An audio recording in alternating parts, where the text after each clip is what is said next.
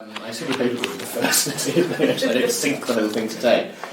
Greetings to you all from St Stephen's House in Oxford.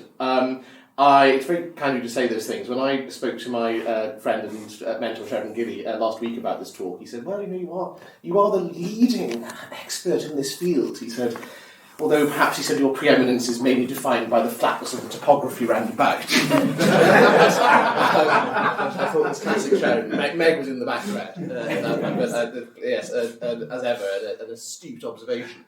The truth is, it's wonderful to rejoice in the foundation of this new centre, because the truth is that Anglican religious life it's not disappeared, of course, but in the mind of both the Academy and the Church, it has rather trickled away and disappeared from view.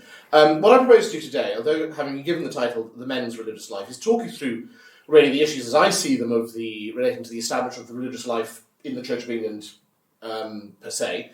We have to look at it through the women's communities because they came first, and there were 2 decades of well-established women's religious life before anything really happened on the men's front. And so I hope that it will take you through that history. I hope that you will enjoy it. You're lucky that you've got... I've actually written it down and printed it out. My students at Staggers are rather more used to me just turning up and delivering a stream of consciousness for an hour. But I promise you, I hope I've sort of put it together in rather more structured. But it's lovely to be back in Durham, which is a place with a huge part in my heart. So here we go. When we come to look at the religious life in the Church of England, we have to look at the Post-reformation situation. 4 writers in particular provide a really useful analysis to the background of that Post-reformation growth of religious communities in the Church of England. To a greater or lesser extent, they all channel Henry Parry Liddon's great Life of Pusey, which he brought out in 1897. It's a huge book. The first writer is Peter Anson, in his introduction to Call of the Cloister, which was published in 1955. The second is Donald Alchin, with his Silent Rebellion of 1958. The third is Michael Hill, in his 1973 study of what he calls virtuoso religion in the Church of England. That's called the Religious Order. The fourth, actually, is Greg Peters, in his chapter on Anglican monasticism in his 2014 book, Reforming the Monasteries, which he calls Protestant Theologies of the Religious Life. Now, Anson and Alchin wrote at a time when Anglican monasticism was diverse and buoyant, and showed every sign of continuing to thrive in a new Elizabethan age.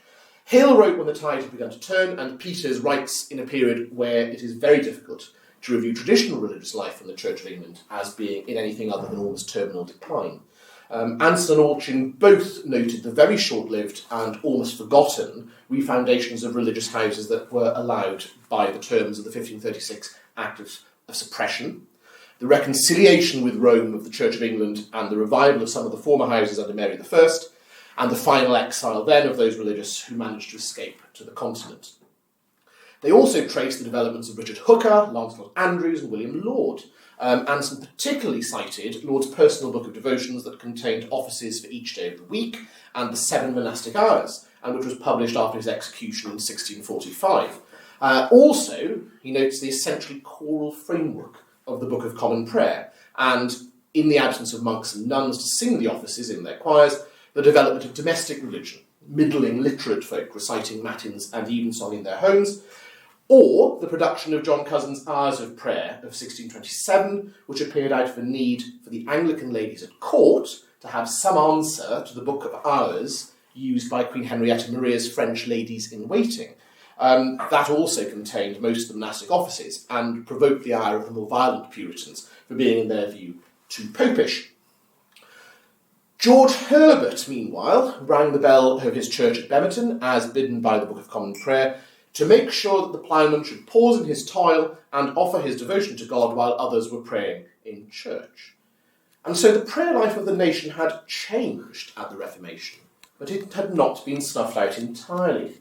In 1918, Alan Cameron declaimed that the abiding witness of the woeful suppression of the religious houses is the workhouse and the jail. But Peters argues with more nuance that from the time of the dissolution of the monasteries, monastic sentiments were frequently expounded, because there were those who saw that alongside the devotional life of the old religious houses, a number of social benefits had existed.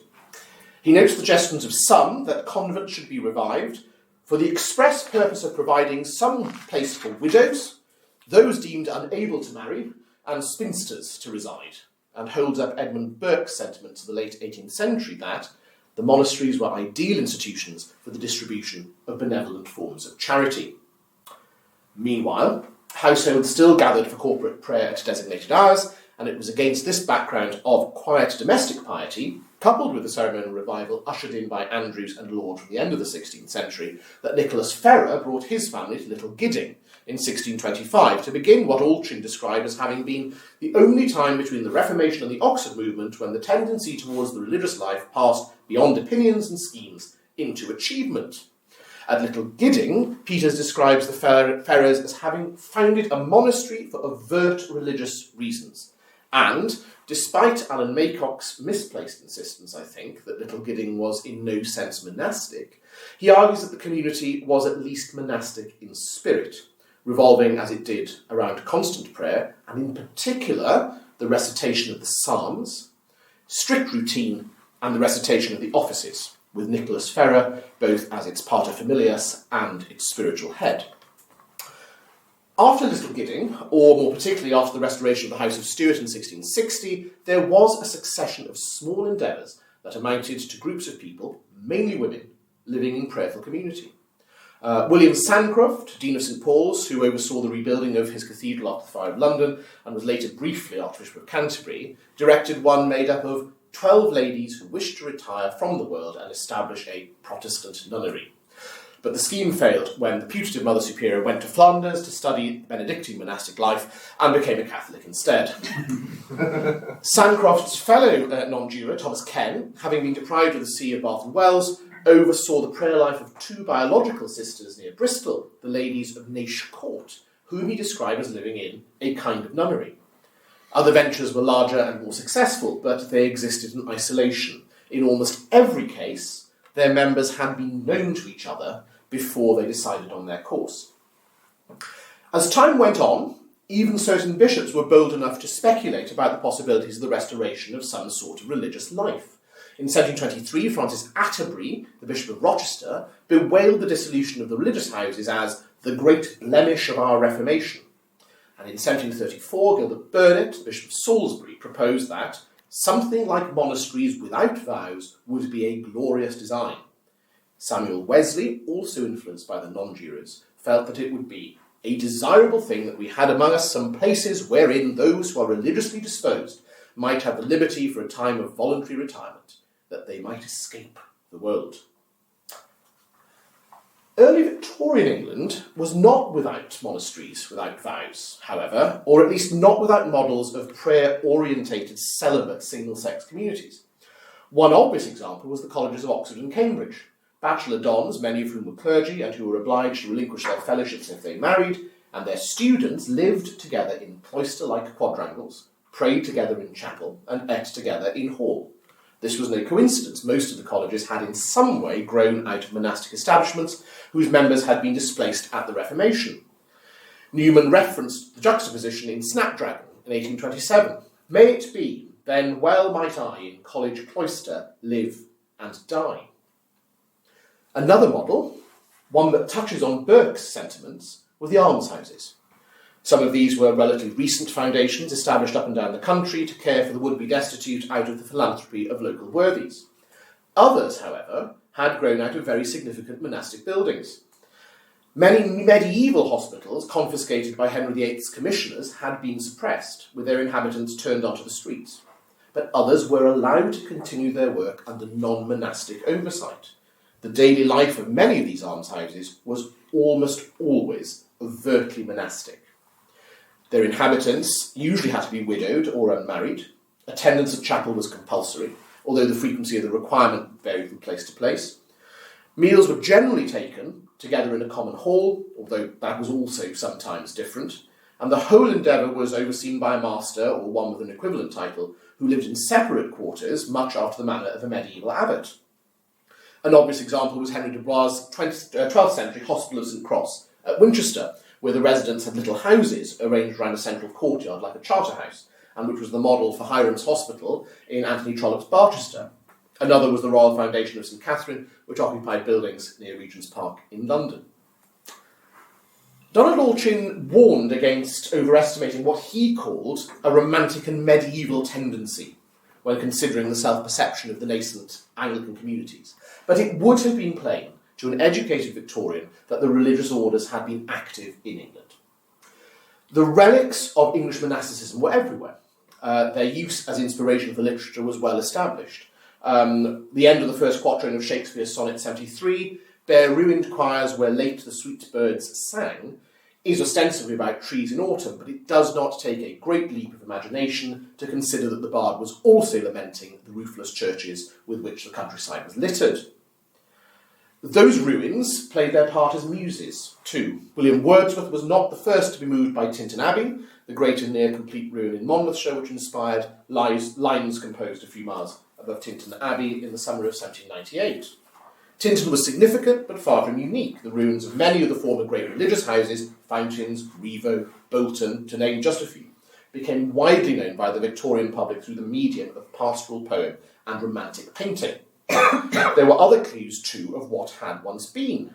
Almost all the cathedrals and many of the larger churches in England had been served by great monasteries, and many of their cloisters and libraries, where no monks now walked or read, were among the architectural and antiquarian jewels of the nation.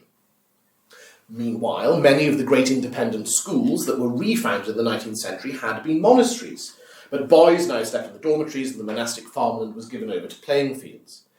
The mementos of monasticism were never very far away. Much later, Patrick Leigh Fermor observed that there is no riddle here.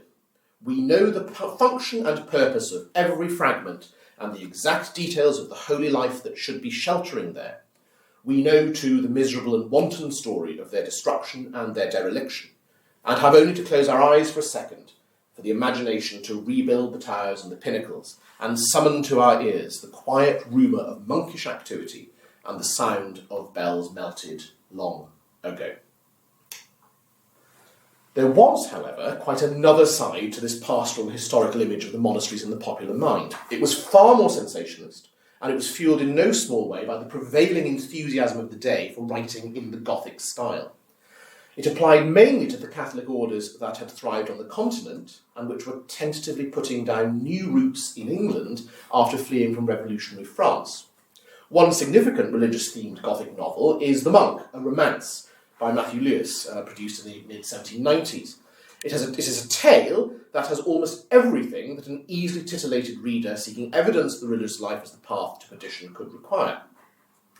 The downfall and damnation of the young monk Ambrosio includes an intercepted letter, a poisonous serpent, a cross-dressing temptress, a pregnant nun, a wicked prioress, a dungeon, a couple of ghosts, an incident of rape, a spot of witchcraft, and the Inquisition thrown in for good measure. Eventually, Ambrosio sells his soul to Satan, for he has become the archetypal figure of the lustful, malevolent monk. In many ways, the contents of Lewis's book is not that remarkable. It's very much in the tradition of Horace Walpole's Castle of Otranto, 30 years earlier, but its title stands out. Ambrosio is a monk. The mystery of his life is increased, and his fall is therefore all the more delicious. Buildings themselves also captivated people's imaginations. In Jane Austen's 1817 posthumous parody, Northanger Abbey, the eponymous country estate of the Tilneys is established as having been formerly a monastery. But like so many houses of its type, by the time Catherine Morland visits, it is a comfortable Georgian home. Nevertheless, Henry Tilney is able mischievously to play on Catherine's fondness for the Gothic by setting up the house as somewhere where visiting young ladies are always lodged apart from the rest of the family, along many gloomy passages into an apartment never used since some cousin or kin died in it 20 years before. In Charlotte Bronte's Villette of 1853, the impressionability of the heroine, Lucy Snow, is plausible enough for Bronte to have her believe that she has been visited in the night by the ghost of a nun done to death in the garden of the school in which she teaches, it having been, of course, formerly a convent. Nor Walter Scott or Elizabeth Barrett Browning immune.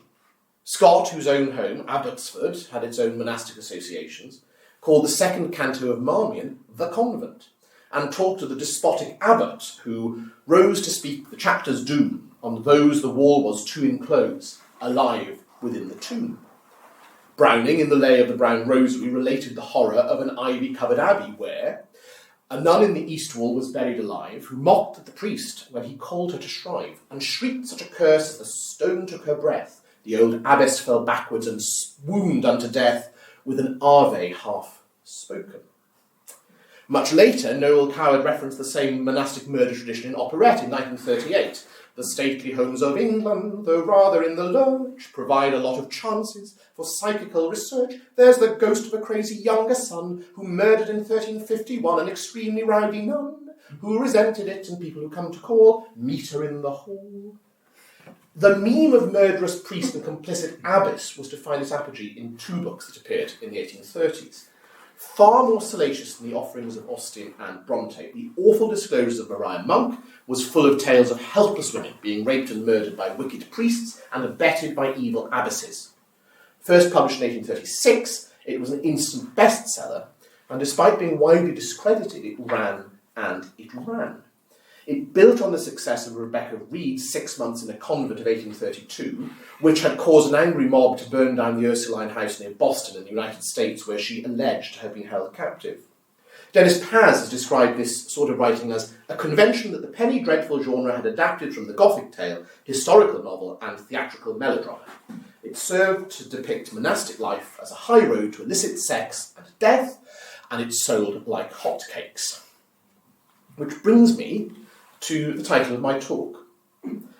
The desert's hair-grown hermit sunk, the sailor brute below, the naked Santon hashish drunk, the cloister madness of the monk, the fakir's torture show.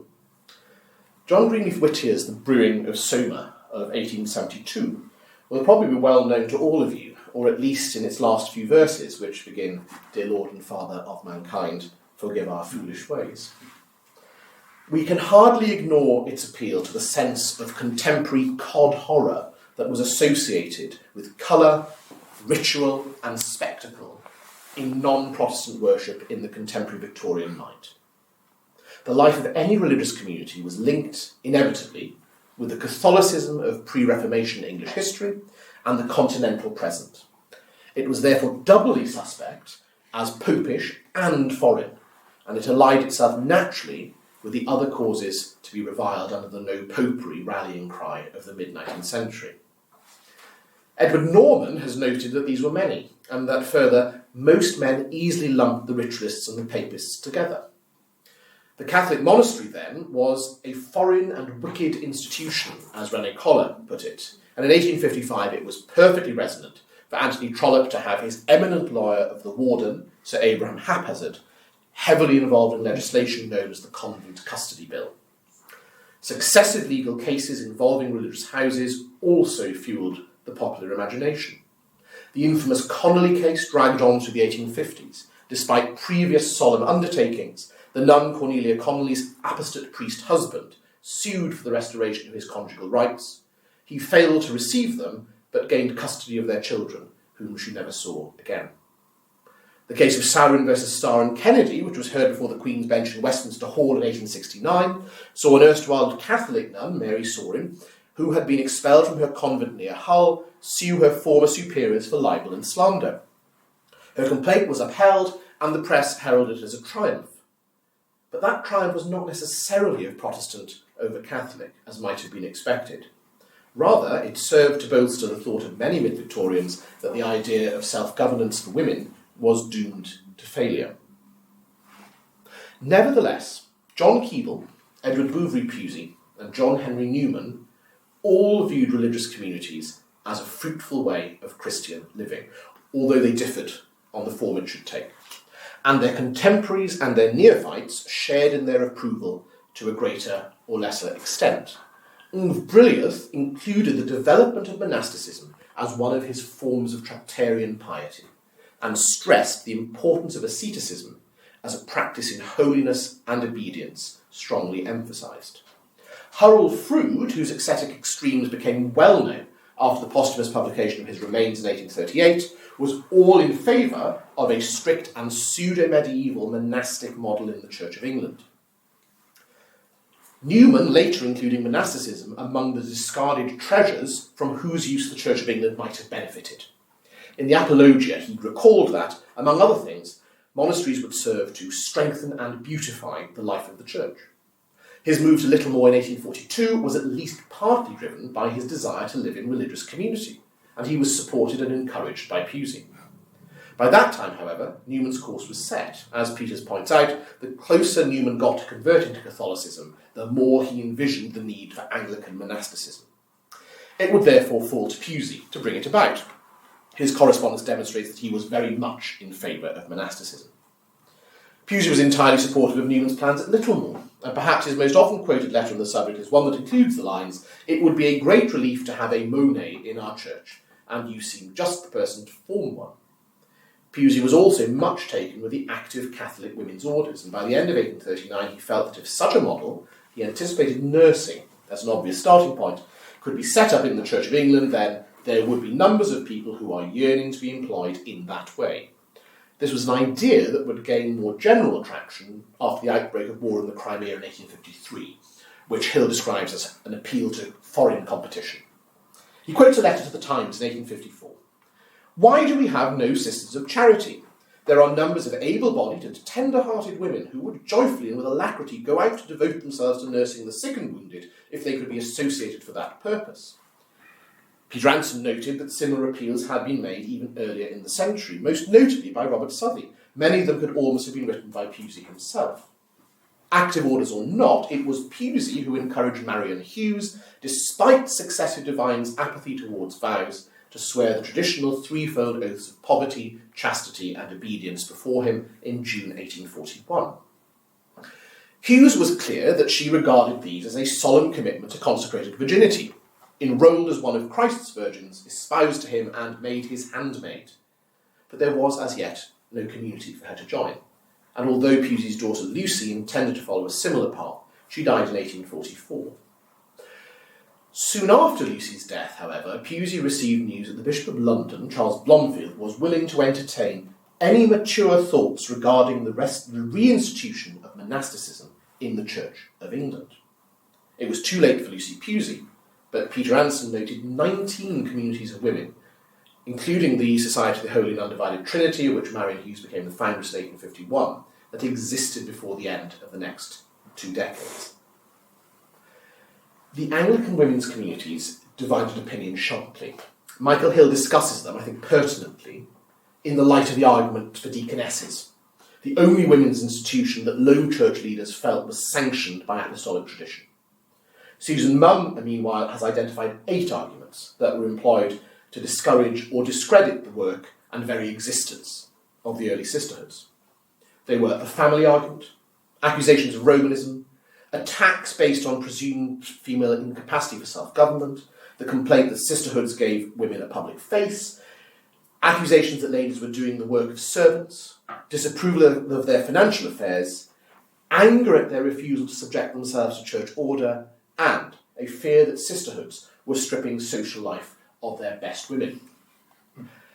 But there were supporters too, although they were usually notable in themselves. Florence Nightingale, for example, was fascinated by women's communities, which she regarded as, she said, opposed to and invariably challenging the hegemony of the patriarchal family. For all her approval in principle, however, Nightingale, who alienated nearly all the women who worked under her, was deeply unimpressed with the Devonport sisters who went to the Crimea as nurses.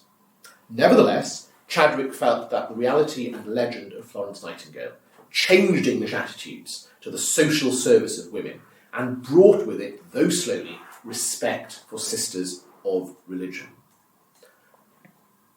Much of the opposition to the sisterhoods of the mid-19th century had to do with the ideal of the subversion of the angel in the house construct, in which young women were regarded as the chattels of their fathers and expected to perform certain domestic functions within the family unit.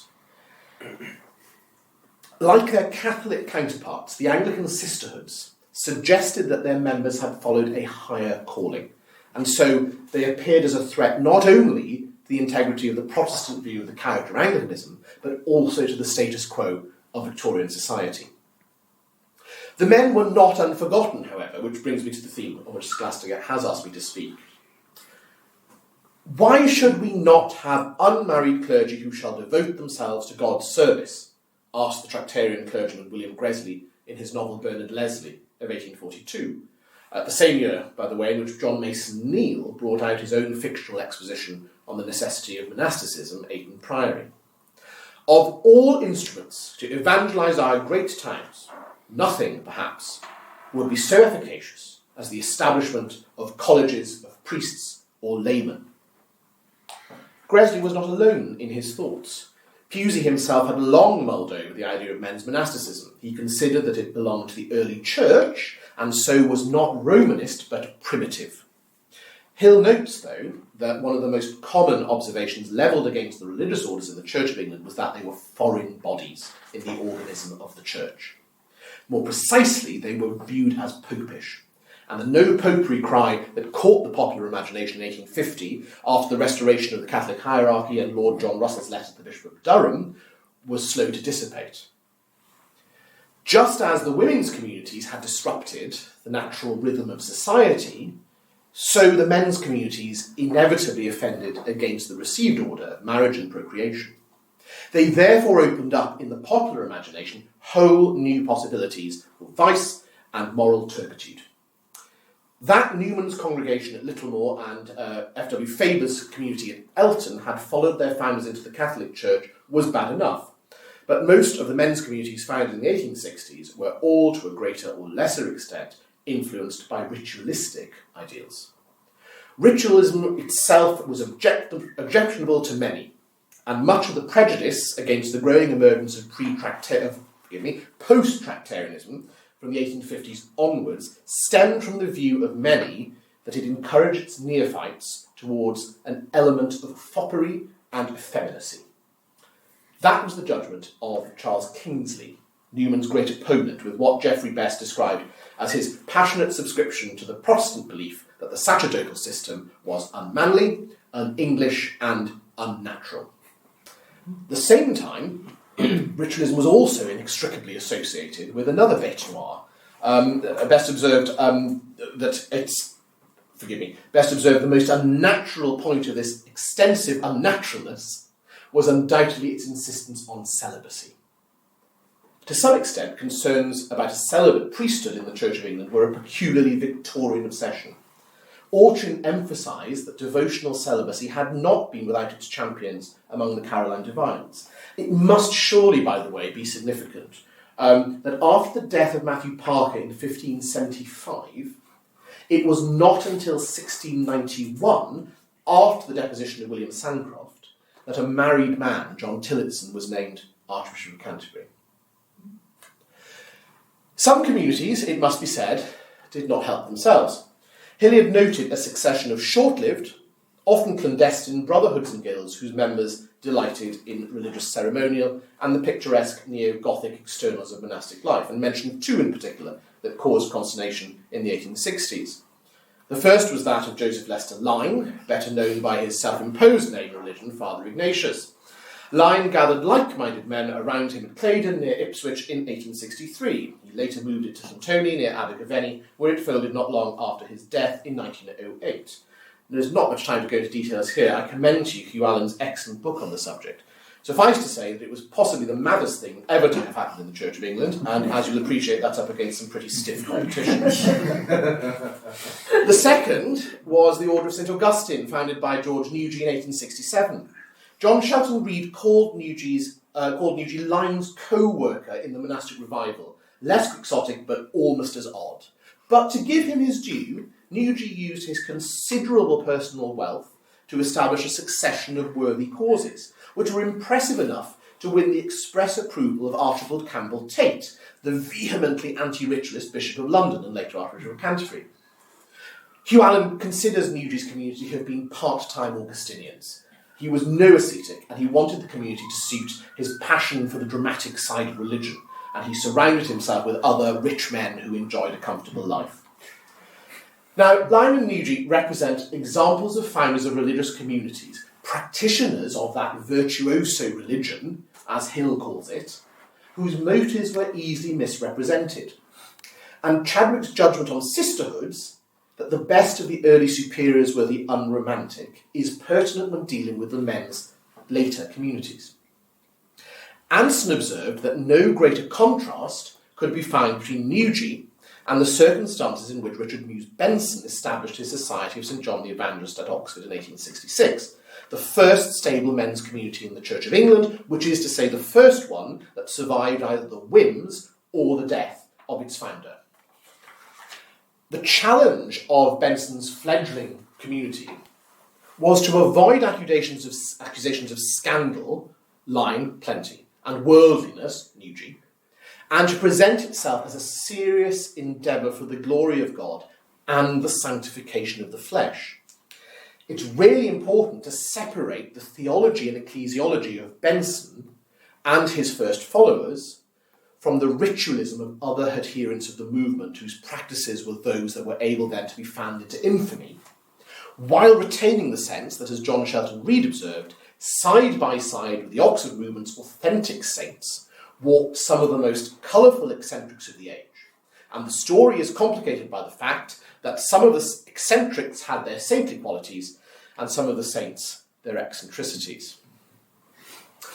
Michael Hill argues that the quest for the idea of the legitimation of religious orders in the Church of England involved a series of appeals to the past, a theme previously taken up by Owen Chadwick. He says, 3 strands of thought lived incongruously together: devotional, romantic, pastoral. Devotion was content with peace and simplicity, rows of cells knocked out of stables, hours of retirement which needed filling with modes of prayer or penitential discipline.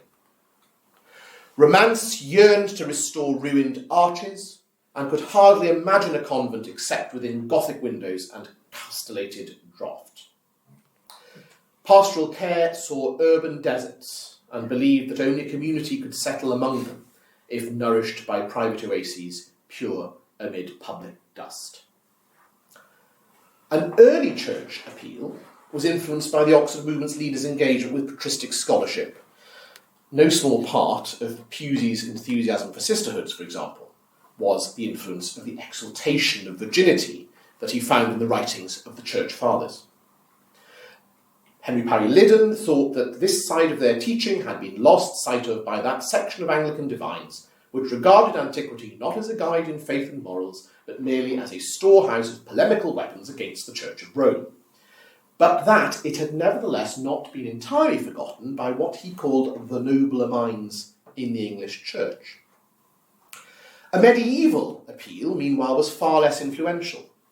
Generally only involved eccentrics and romantics on the fringe of the movement, although Peter Anson considered Samuel Fox's Monks and Monasteries of 1845 what he called a reasonable apologia for the revival of the late medieval monastic system. But the post-Reformation appeal was really strong. Hill concludes that it is impossible to find one single source of legitimation for the early Anglican communities, but notes that a double economy existed, in which their defenders sought on one hand to reassert Reformation principles, and on the other to reassure no-popery opponents.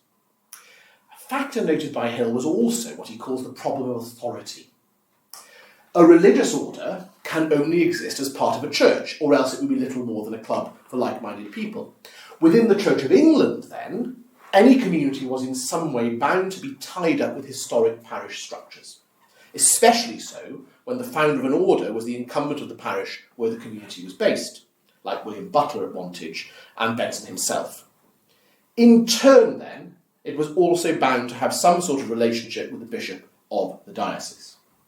The response of that bishop could, and did, make or break any fledgling community within his jurisdiction. It's impossible to overstate the importance of the goodwill of a diocesan bishop for the flourishing of the early communities. Lyne's contention that his monastery was not under episcopal authority because many medieval monasteries had been exempt from episcopal jurisdiction was fatuous. In any case, those exemptions had been granted by bishops exercising the very jurisdiction that Lyne sought to reject. And further to that, as his biographer Donald Atwater pointed out, if Lyne wished to appeal to primitive practice, which he did, then he would have to accept that the Council of Chalcedon forbade the establishment of monasteries without permission of the local bishop, which he did not. Furthermore, Lyne compounded his difficulties through his own intransigence. After a series of disturbances at Claydon, recounted with éclat by Peter Anson, the exasperated Bishop of Norwich, John Pelham, summoned Lyne to his palace and begged him to give up his eccentricities and what he called his absurd dress. When he refused, Pelham inhibited him from preaching in his diocese, although even without a licence, Lyne was able to continue his mad quest to restore medieval monasticism to the Church of England. Lyne's failure was foretold by many, but perhaps no more clearly than by Samuel Wilberforce, whom he approached for advice about the revival of monastic life in about 1865. Wilberforce was Bishop of Oxford from 1840 until his translation to Winchester in 1870, where, by the way, he earned the ultimate distinction of being the last bishop of the Church of England to die on horseback. As David Newsom demonstrated, Wilberforce was a broad-minded man who favoured no single party and championed no party cause. He was not afraid of supporting zealous innovations. He was also broadly sympathetic to the idea of individuals living in community for spiritual ends, and it is no coincidence that several early communities were founded in the Diocese of Oxford. His approval, however, was given on a case-by-case basis. He did not approve of unwarranted excesses, and he certainly did not approve of Lyne. When Lyne wrote to him plaintively in 1865, Wilberforce replied that he thought he had many gifts, but that he was wasting them by resolutely clinging to a form of appearance that was perfectly ludicrous. Your adoption of a dress never suited to English habits, the pun was almost certainly unintentional, and now preeminently unsuitable, is a sacrifice of the kernel to the shell such as I have never seen equalled. In adopting this startling exterior, you are acting in direct opposition to the principle on which the order you have assumed did act. For they took the dress to help the work. You mar the work to have the dress. In this mere outward thing, I am bound to say that I see the key to all your real hindrances. You are sacrificing everywhere the great reality for which you have sacrificed to a puerile imitation of that phase of service which it is just as impossible for you to revive in England as it would be for you to resuscitate an Egyptian mummy and set it up on the throne of the pharaohs. Only bishops would still like that as well. Wilberforce ended by making it clear that although he had no time for Lyne's fripperies, he did think, and I quote, colleges of clergymen living and acting under the parochial clergy might meet many of our spiritual wants, and also that brotherhoods of all unordained men, not in holy orders, might be of most excellent use.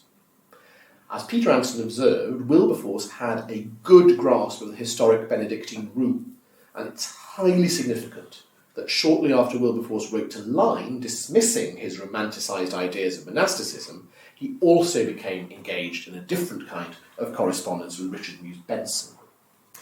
In the course of that correspondence, Benson made it clear that he and his associates wished only to proceed with Wilberforce's full knowledge and approval, but that bound up with the initial request was an implication that they would take their common life further, and that part of it would involve a quest for greater personal holiness. Meanwhile, giving up the world, living by simple rule, and devoting ourselves to prayer, study, and mission work would have been instantly recognisable to Wilberforce as the characteristics of the historic religious life of which he approved. But it was also tempered by Benson's request for advice and direction. Benson was also at pains to state his loyalty to the Church of England and his attachment to canonical obedience, and so distance himself from eccentrics like Lyne. Benson, cleverly, laid out a number of purposes in which Wilberforce already knew he was either expert or at least likely to succeed.